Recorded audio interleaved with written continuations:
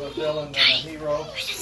But I think that along the way there were things that happened that gained the respect and favor of the general public. They were getting tired of the treatment that the saints were getting. The general public, not the mob. The mob were being continually stirred up. But anyway, as Joe mentioned, they left Liberty on the 6th, which is down here, and it's 55 miles straight through. If you look at this map, far west is almost in a direct line between Liberty and Gallatin. Hiram said that he thought that they would be taken through far west and be able to stop there and do some visiting, but they weren't. They went this way. The first night they spent at Plattsburgh. The next night they spent right here with a lady named Taylor, who was a member of the church. And then they went here. They did not go into Gallatin. They stopped at this dot underneath Gallatin, which is not quite a mile and a half from town. Elisha Creekmore had a home there. The reason why they stopped there is he had facilities to house them and large enough space for them to hold there. And it was not a trial. They were not taken there on trial. It was a grand jury hearing to determine if they should be bound over for a trial. And so the reason why they went to Elisha Creekmore, like I said, is he had the facilities. The Stop moving, baby. courthouse in Gallatin had been burned down by the saints, by the militia when they came to expel the mobs out of Daviess County. They burned several buildings. One of them was the courthouse in Gallatin. And so they held court here. They got here on the evening of the 8th of April. So 2 days, the 6th here, the 7th here, and the 8th got them there. And it was, well, most of them describe it as a drunken affair, that even the judge was drunk. The prosecuting attorney was drunk. There were 20 members of the grand jury. They were drunk, and so for 3 days, the hearing went on for 3 days. At the end of the hearing, the verdict came back on the 12th that yes, there was sufficient evidence to bind them over for trial.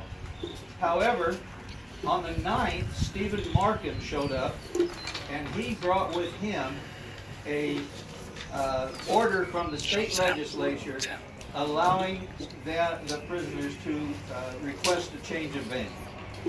And at this time, after it came back, it's when they executed that, and they requested a change of venue to Marion County. Does anybody know where Marion County is?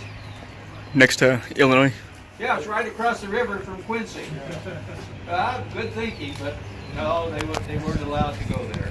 So they were instead given the change of venue to Boone County.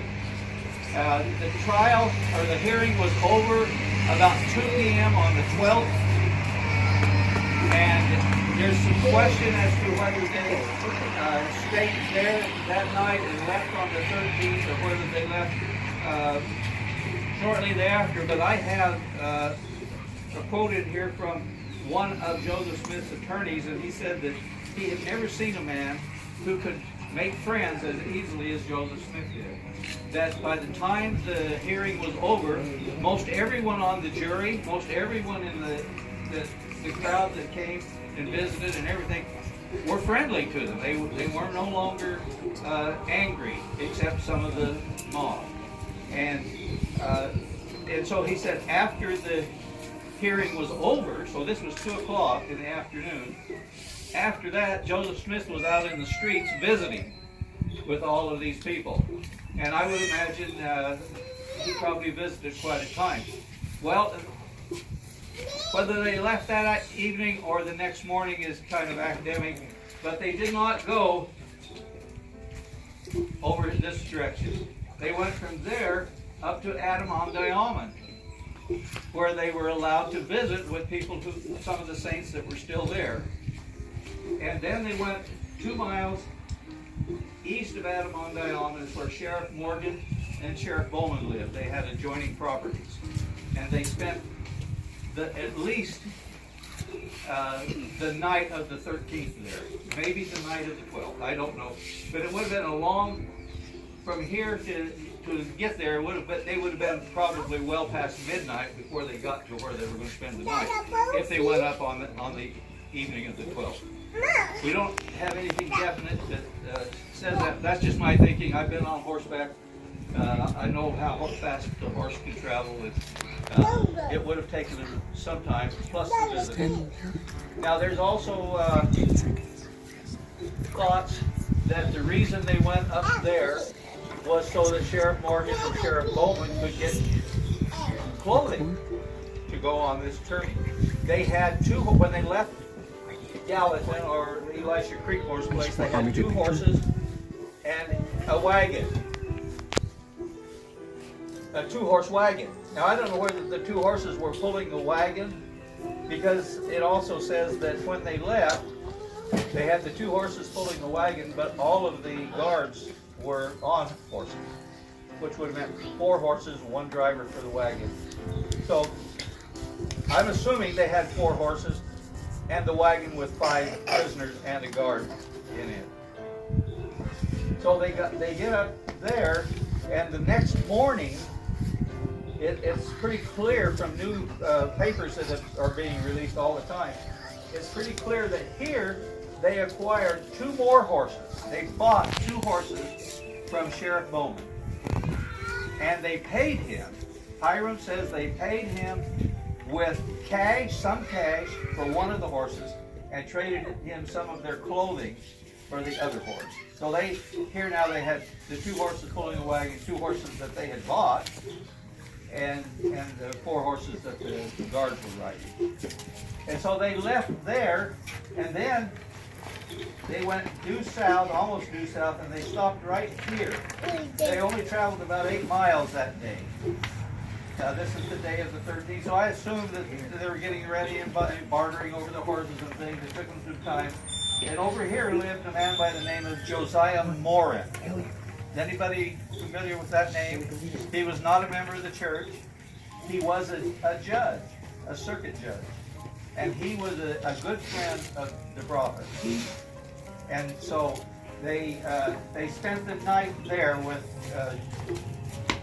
Judge Morin. He had a cabin there. I've got a map that I was able to identify these spots. That's why I put these markers here. I'm a little high on these. This one should be down here.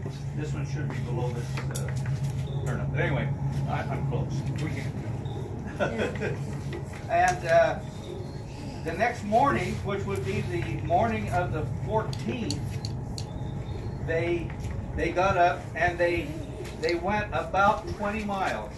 Well, now from his house on a straight line, Chillicothe is 22 miles. And so, assuming they went fairly straight, I don't know what kind of roads were there then, but 20 miles could easily be 22 miles. And there they stayed the night. Now, this is some new information that has recently come out. They stayed the night with a family named Cox. I'm going to have to stop pretty quickly.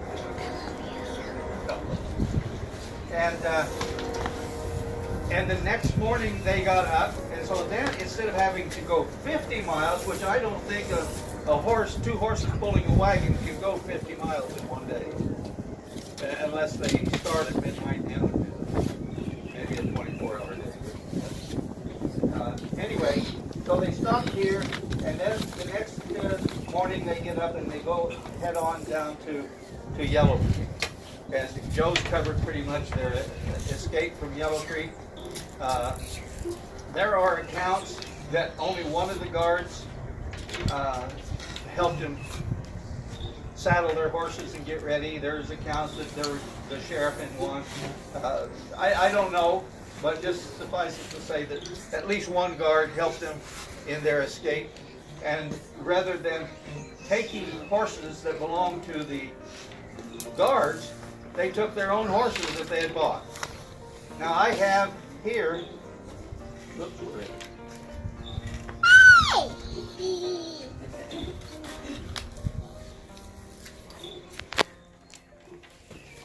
A copy of the promissory note that Joseph Smith signed. And it's made out to a man by the name of John Brassfield, who was one of the guards.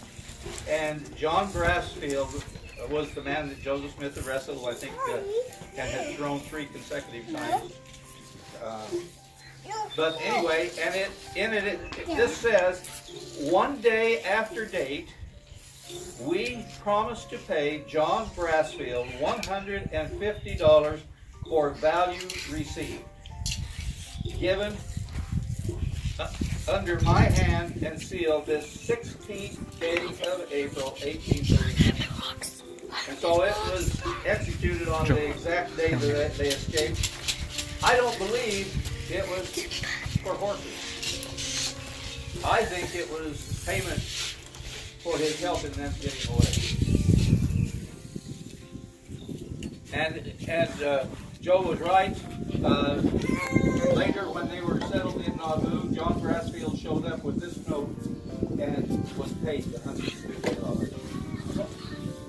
How much was, I heard it was $500. Well, I've heard clear up to $900. But $150 back then was equivalent to $3,500 today. Is that what we just figured out? Yeah. So that was a lot of money for a horse back then. Yeah, well, normally on the redress petitions, the horses are $10, $15, $20. Yeah. So I don't think this was for a horse. I think this was for helping them escape. So anyway, after they made their escape, they did not want to follow the main roads. They traveled back roads or just crossed the prairie. However they could go. On the 18th of April, they stayed with a man by the name of George Harris, who was a member of the church, who lived on the Chariton River. And I don't know exactly where he lived, but I assume it's somewhere north of here because they didn't want to go south. Okay, now there's some other significant things happening. On the 18th of April, the apostles met. Those that were there in Quincy, they met to discuss the revelation that Joseph Smith had received about their returning to the temple on April 26th of 1839 to relay the cornerstone and to leave from there to go on their mission. There were 5 of them who met. Brigham Young, Wilford Woodruff, John Taylor, George A. Smith. I can't remember. Anyway, but there were members of the church who said, you don't need to do that. The Lord will excuse you because of the circumstances. Brigham Young said, no, I feel that we need to go back and the Lord will protect us. So later on the 18th, those 5 left along with Cutler. What was his first name? Was it Elijah Cutler?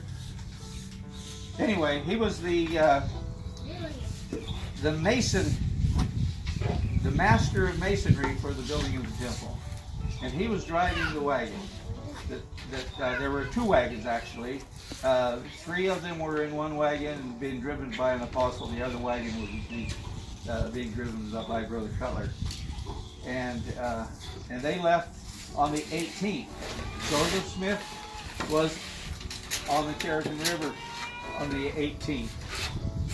Somewhere along the way, they passed, their paths may have crossed. However, I don't think, not directly, because Joseph and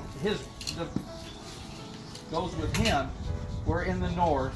They were along the northern route, and Brigham Young and the apostles took the southern route. On the 22nd, they were in Keatsville.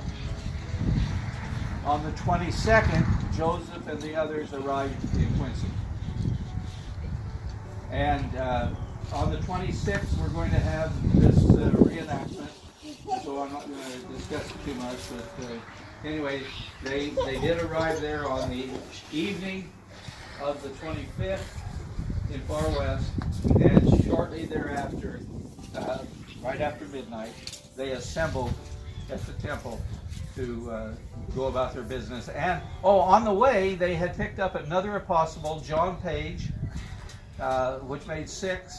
And then when they got into Far West, Heber C. Kimball was there, and he had been in hiding. He was assisting some of the last saints to get out, and they convinced him to come and be with them. So there were 7 of them. There was a quorum, and so they took care of the proceedings there. So I think that's as far as I want to go with that, because I'm sure we're going to hear a lot more than that on the 26th. Yes.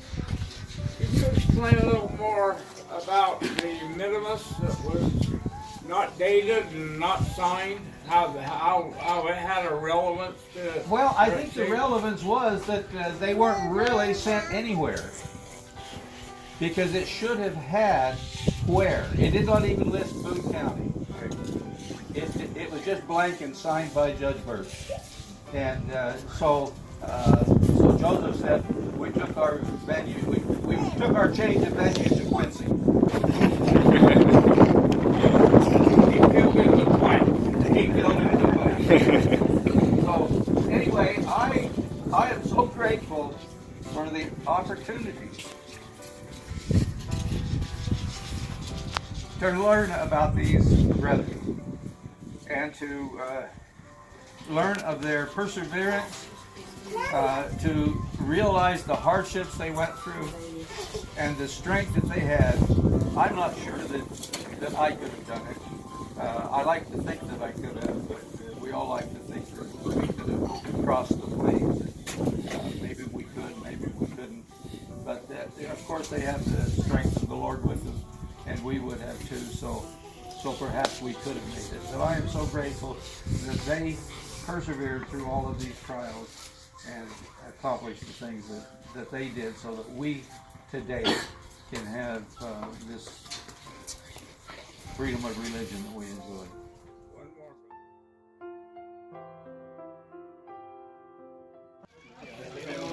I'm Elder Vernon Wilson. My third great grandfather was Alexander McCrae, who was in Liberty Jail with the Prophet Joseph Smith. We don't know. Yeah, and my name is Sister Cheyenne Erickson, and I'm the 6th great granddaughter of Caleb Baldwin, who is also in the Liberty Jail with Joseph Smith. And here we are in the middle of nowhere in Rothville. Yes, we are. Talking about these brethren. We happen to have 2 direct descendants from them. How rare is that?